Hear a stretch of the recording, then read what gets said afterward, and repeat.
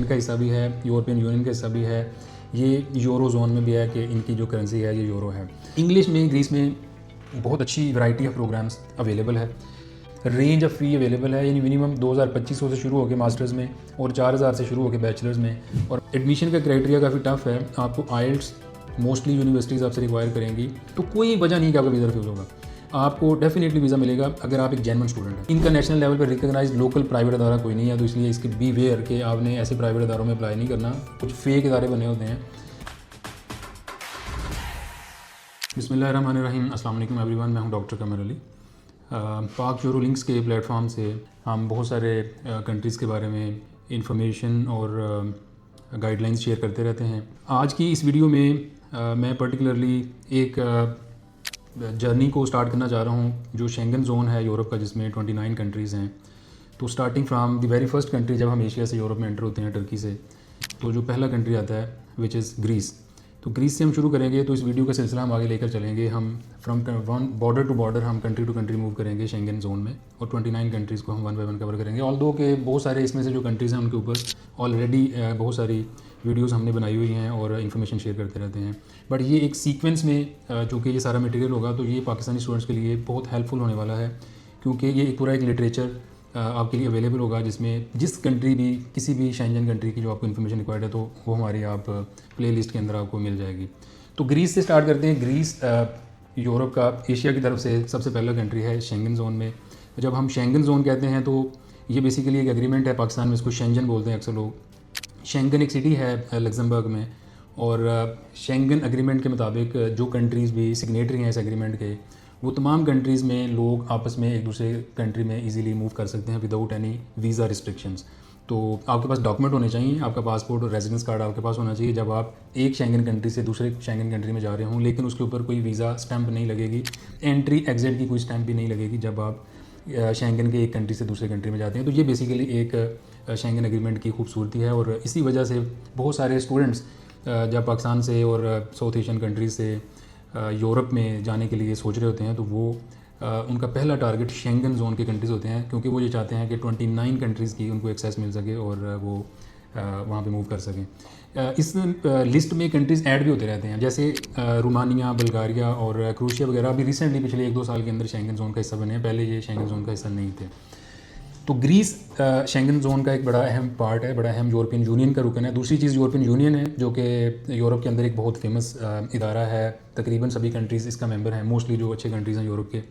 तो ये भी एक अनदर कैटेगराइजेशन है कि आप देखें कि कोई कंट्री शेंगन का मेंबर है, तो आप साथ ये भी देखें कि वो यूरोपियन यूनियन का मेंबर है या नहीं है। जैसे यूके फॉर एग्जांपल, उसकी एक एग्जांपल लें ग्रेट ब्रिटेन की, तो ये यूरोपियन यूनियन के मेंबर थे, शेंगन का तो ये कभी भी मेंबर नहीं थे, आज भी नहीं है। तो ये जब ब्रेक्सिट, आपने सुना होगा कि ब्रेक्सिट हुआ है, तो ब्रिटेन जो है वो आउट हुआ था, वो बेसिकली यूरोपियन यूनियन से आउट हुआ था। तो इसी तरह से कुछ कंट्रीज़ ऐसे हैं जो शेंगन जोन का हिस्सा हैं, बट वो यूरोपियन यूनियन का हिस्सा नहीं। आज भी यूरोप के बड़े मेन कंट्रीज़ जैसे नॉर्वे है फॉर एग्जांपल, इसी तरह से स्विट्ज़रलैंड है, तो ये यूरोपियन यूनियन का हिस्सा नहीं है, ये शेंगन कंट्रीज़ हैं, आप वहाँ जा सकते हैं, इसलिए मूव कर सकते हैं। तीसरी चीज़ यूरोप के पहले से यूरो जोन है। तो यूरो जोन ये है कि ऐसे कंट्रीज़, इन तमाम कंट्रीज़ में से ऐसे कंट्रीज़ जिन्होंने यूरो को एज ए करेंसी अडॉप्ट किया हुआ है। तो आप ये बहुत सारी चीज़ें जब कंट्रीज़ को देखते हैं तो आपने ये सारी चीज़ें देखना होती है। तो ग्रीस, जिससे हम आज स्टार्ट कर रहे हैं, ये शेंगन का हिस्सा भी है, यूरोपियन यूनियन का हिस्सा भी है, ये यूरो जोन में भी है कि इनकी जो करेंसी है ये यूरो है। जोग्राफिकली बड़ी खूबसूरत जगह भी है, बहुत ज़्यादा बीचेज़ हैं, बीचेज़ की वजह से मशहूर है, बहुत ज़्यादा आइलैंड्स हैं, छोटे छोटे हज़ारों की तादाद में आइलैंड्स हैं ग्रीस में, और टूरिज़म बहुत ज़्यादा है। उसकी वजह इसके बीचेज़ और आइलैंड्स भी हैं, और इसका मौसम भी है, क्योंकि ये यूरोप के साउथ में है, तो काफ़ी मॉडरेट मौसम तकरीबन थ्रू आउट द ईयर इसमें होता है, तो आपको टूरिज़म के हवाले से काफ़ी अच्छी अपॉर्चुनिटीज़ मिलती हैं। ग्रीस के डिफरेंट रीजन्स हैं। अगर इसके रीजन्स की बात करें तो एक सेंट्रल ग्रीस का पार्ट है जो एटिका है, और इसी तरह से ऊपर नॉर्दर्न साइड पे जो है वो इसका जो पार्ट है वो मैसिडोनिया वाली साइड है, उसमें सेंट्रल मैसिडोनिया है और वेस्टर्न मैसिडोनिया है। इसी तरह से इसकी जो टर्की वाली साइड है, इधर एजियन आइलैंड्स हैं, इसको सारा ये पार्ट एक जिसमें बहुत सारे आइलैंड्स हैं, इधर यूनिवर्सिटीज़ भी हैं। और इसकी जो वेस्टर्न साइड है, इटली वाली अगर तरफ हम देखें तो इटली का बॉर्डर तो नहीं लगता ग्रीस के साथ, लेकिन टूवर्ड्स इटली, यानी दरमियान में समुंदर है, उसके बाद इटली है। तो उससे साउथ साइड पे जो है वो मेडिटेरेनियन सी है, विच इज़ वेरी फेमस सी, जो कि यूरोप को और अफ्रीका को डिवाइड कर रहा है। तो बहुत ही अच्छा रीजन है, यानी नॉर्थ में प्योरली सारा यूरोपियन कंट्रीज़ कनेक्ट हो जाते हैं, मैसिडोनिया वगैरह और बल्गारिया वगैरह, और साउथ में मेडिटेरेनियन सी है। तो अगर ग्रीस के रीजन्स की बात करें तो 4 से 5 मेजर रीजन्स हैं जिसके अंदर यूनिवर्सिटीज़ भी हैं, और ये बहुत हाईली डाइवर्स रीजन्स हैं ग्रीस के अंदर। जैसे एक सेंट्रल रीजन है, सेंट्रल ग्रीस है, जिसमें आपके जो है यूनिवर्सिटी ऑफ पात्रास है, और सेंट्रल में तेसाले यूनिवर्सिटी आ जाती है सेंटर में। इसी तरह से एटिका एक बहुत बड़ा रीजन है जो कि सबसे मेन रीजन है, जिसमें इनका कैपिटल भी है एथेंस।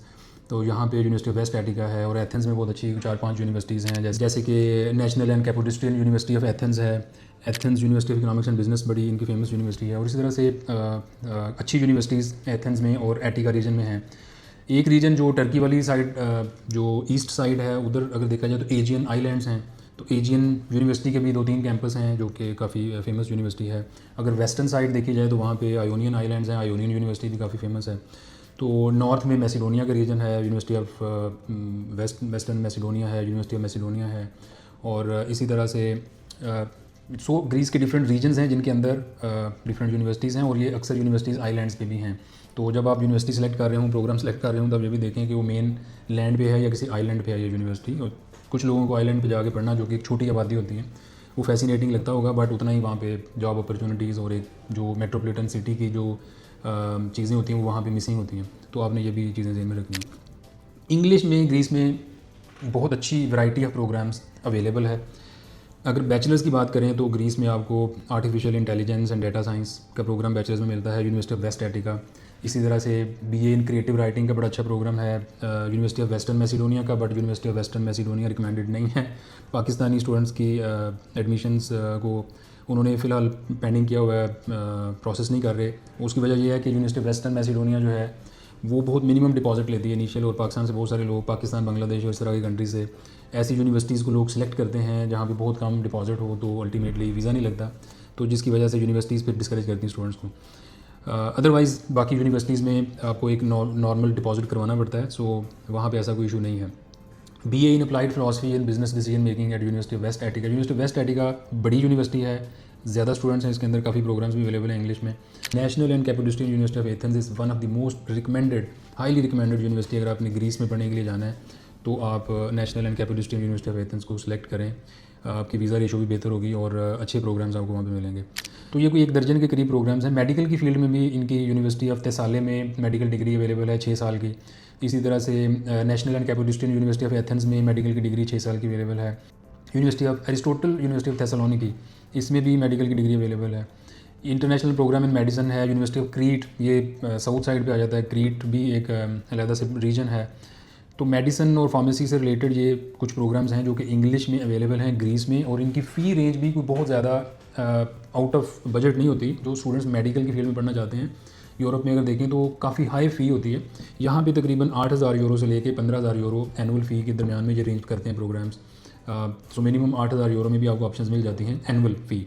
10,000 12,000 यूरो वाली ऑप्शंस भी हैं, और कुछ यूनिवर्सिटीज़ में 15,000 यूरो पर ईयर, जो कि मेडिकल की फील्ड में बहुत ज़्यादा नहीं है। मेरे ख्याल से ये हाईली रिकमेंडेड है अगर आप मेडिसिन में पढ़ना चाह रहे हैं या फार्मेसी में पढ़ना चाह रहे हैं। ग्रीस में जो ट्यूशन फ़ी है वो तकरीबन 4,000 यूरो से शुरू होकर 6,000 यूरो तक है। नॉर्मल जो प्रोग्राम्स हैं, जैसे बिज़नेस के प्रोग्राम्स हैं, फ़िलासफ़ी के प्रोग्राम्स हैं, डाटा साइंस के प्रोग्राम्स हैं, और इसी तरह से अगर मास्टर्स में देखें तो तकरीबन हर तरह का इंग्लिश में प्रोग्राम अवेलेबल है। मास्टर्स में जो फ़ी है वो 2,000-2,500 यूरो पर ईयर से शुरू हो जाती है, और वो भी तकरीबन 5-6,000 यूरो पर ईयर तक रेंज करती है। बैचलर्स में मिनिमम तकरीबन 4,000 यूरो एनुअल फ़ी है। तो ये फ़ी के हवाले से भी ग्रीस एक अच्छी डेस्टिनेशन है, मेरे ख्याल से एक अच्छी रेंज ऑफ फ़ी अवेलेबल है। यानी मिनिमम 2,000-2,500 से शुरू होकर मास्टर्स में, और 4,000 से शुरू होकर बैचलर्स में, और मैक्सिमम तकरीबन 6,000 तक ये रेंज कर रही है फ़ी। तो ये काफ़ी अफोर्डेबल है साल की फ़ी अगर देखा जाए तो। इवन पाकिस्तान में जो कुछ इदारे हैं जो महंगे प्राइवेट सेक्टर इदारे हैं, उनकी फ़ी भी तकरीबन इस रेंज तक पहुँच जाती है। तो ये कोई अगर आप वाकई पढ़ना चाहते हैं, क्योंकि ग्रीस एक ऐसी डेस्टिनेशन नहीं है जहाँ पे पार्ट टाइम काम करके बहुत ज़्यादा पैसे कमा सकेंगे, ये भी हम इसको डिस्कस करते हैं। बट अगर आप पढ़ना चाहते हैं और वाकई एक डिग्री करना चाहते हैं यूरोप शेंगन जोन के अंदर जाके एक बहुत अच्छे एनवायरनमेंट में, तो आप कंसिडर कर सकते हैं पाकिस्तान में बहुत ज़्यादा एक्सपेंस करने के बजाय अगर आप ग्रीस में जाएँ और आप वहाँ पे अपनी स्टडी पे फोकस करें, पार्ट टाइम काम थोड़ा बहुत करें जिससे आप लिविंग एक्सपेंस को मैनेज कर सकें। बट फ़ी आप अगर पाकिस्तान से मैनेज कर लें तो Greece can be a wonderful destination for you. इसी तरह से अगर इसके वीज़ा की बात करें, जो कि बहुत ज़्यादा कंसर्न्स भी हैं लोगों को ग्रीस के वीज़ा के हवाले से और इसकी एम्बेसी के हवाले से कि वीज़ा रिफ्यूज़ल बहुत ज़्यादा है, तो मैं ये मिथ जो है इसको ख़त्म करना चाहता हूँ कि किसी भी एम्बेसी का आप ये नहीं कह सकते कि इसकी वीज़ा की रेशो ठीक नहीं है। वीज़ा की रेशो डिपेंड कर रही होती है एप्लीकेंट्स के ऊपर। अगर एप्लीकेंट्स ठीक नहीं है तो ऑफकोर्स वीज़ा की रेशो ख़राब होगी। अगर ग्रीस जैसे कंट्रीज़ को सिलेक्ट ऐसे लोग करते हैं जो समझते हैं कि बस थोड़े बहुत पैसे लगा के हमने यूरोप जाना है, तो ये ग्रीस में अप्लाई करवा देते हैं। और ऐसे कंसल्टेंट्स बैठे होते हैं मार्केट में जो समझते हैं शायद ये कोई एक ईजी वे आउट है कि ये टर्की के साथ ही है तो शायद जल्दी एंटर होने देंगे, तो ऐसा बिल्कुल भी नहीं है। एडमिशन का क्राइटेरिया काफ़ी टफ है। आपको आइल्स मोस्टली यूनिवर्सिटीज़ आपसे रिक्वायर करेंगी और आपको प्रॉपर प्रोसीजर से गुजार के आपको एडमिशन देंगे। तो अगर किसी अच्छी यूनिवर्सिटी में आप एडमिशन लेते हैं और आप अगर उसके लिए एलिजिबल हैं और फाइनेंशियल बैकग्राउंड आप शो करते हैं, आपको 6,000-7,000 यूरो आपके अकाउंट में नज़र आ रहा है कि आपके पास है, और आपके जो स्पॉन्सर हैं उनकी कोई फाइनेंशियल डॉक्यूमेंट्स हैं, बिजनेस है या कोई रनिंग इनकम है, प्रॉपर सोर्स है, तो कोई वजह नहीं कि आपका वीज़ा रिफ्यूज़ होगा। आपको डेफिनेटली वीज़ा मिलेगा अगर आप एक जेन्युइन स्टूडेंट हैं। और अगर आप ये समझते हैं कि बस ग्रीस शायद इजी है तो यहाँ पे बस हम अप्लाई करें कहीं भी किसी प्राइवेट इदारे में, प्राइवेट इदारे कोई बहुत अच्छे ग्रीस में नहीं है, इनका अपना कोई प्राइवेट इदारा नहीं है, सारे ऐसे इदारे हैं जो कि बाहर की यूनिवर्सिटीज़ के एफिलिएटेड कॉलेजेस जैसे पाकिस्तान में बने होते हैं। तो कोई इनका नेशनल लेवल पर रिकगनाइज लोकल प्राइवेट इदारा कोई नहीं है, तो इसलिए इसके बी वेयर कि आपने ऐसे प्राइवेट इदारों में अप्लाई नहीं करना, कुछ फेक इदारे बने होते हैं। हाँ अलबत्ता जो यूनिवर्सिटीज़ के कैंपसेस हैं वो काफ़ी हाईली एक्सपेंसिव होते हैं, जो कोई अमेरिका की यूनिवर्सिटी का कोई कैंपस है या कोई किसी दूसरे कंट्री की किसी यूनिवर्सिटी का कैंपस बना हुआ है ग्रीस में, तो वो एक ऑप्शन हो सकती है आपके लिए, बट वो एक्सपेंसिव होते हैं।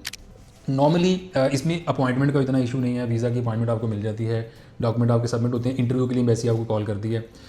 तो ये कुछ बुनियादी चीज़ें हैं जो ग्रीस के वाले से बताना चाह रहा था। ये एक बहुत अच्छी डेस्टिनेशन है। कल्चरली आपको पता है कि ग्रीस एक एंशियंट नॉलेज का तो एक वो मंबा ग्रीस रहा है और वहाँ से सारा नॉलेज ओरिजिनेट हुआ है। इस वक्त भी मोस्टली दुनिया में जो साइंस और रिसर्च, मैथमेटिक्स और इसकी बहुत सारी बेसिक्स जो इस वक्त जिनके ऊपर दुनिया चल रही है, वो काफ़ी इसमें से जो है वो सोर्स हैं ग्रीस की जो एंशियंट हमारे पास जो टेक्स्ट वहाँ से ये नॉलेज सारा आया है।